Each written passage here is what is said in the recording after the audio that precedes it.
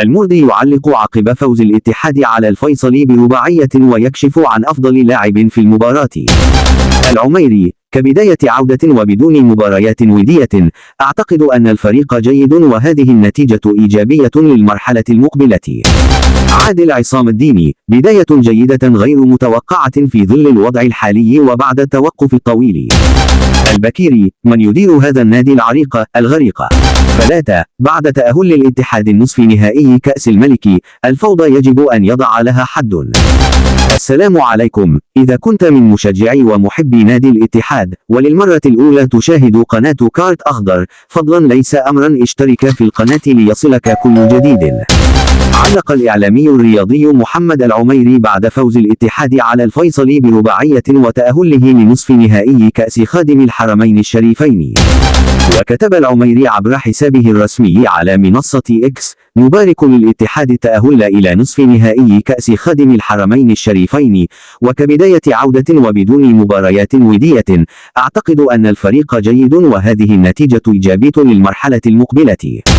وتابع: نهنئ المدرب غياردو على صراحته وكامل حديثه المتزن، وبعون الله يظهر الفريق بشكل أفضل ويسعد محبيه بدعمهم مهما كانت الظروف. علق الإعلامي الرياضي عادل عصام الدين بعد فوز الاتحاد على الفيصلي برباعية وتأهله لنصف نهائي كأس خادم الحرمين الشريفين. وكتب عصام الدين عبر حسابه الرسمي على منصة إكس: بداية جيدة غير متوقعة في ظل الوضع الحالي وبعد التوقف الطويل، عاد الكابتن حجازي بهدفين لأول مرة في مسيرته، وعادت الروح القتالية، وكانتي بجهده ومهاراته وخبرته يؤكد مجددا أنه أحد أفضل من لعب في الدوري السعودي. وتابع: بروغي يعيد للأذهان الأداء الذي قدمه في أجمل مبارياته خلال مشواره البطولي مع الاتحاد، وتركي الجعدي مكسب في الظهير الأيسر. مبروك لجماهير الاتحاد، والقادم أصعب بلا شك. علق الإعلامي الرياضي محمد البكيري على تصريحات مدرب الاتحاد بعد التأهل لنصف نهائي كأس الملك.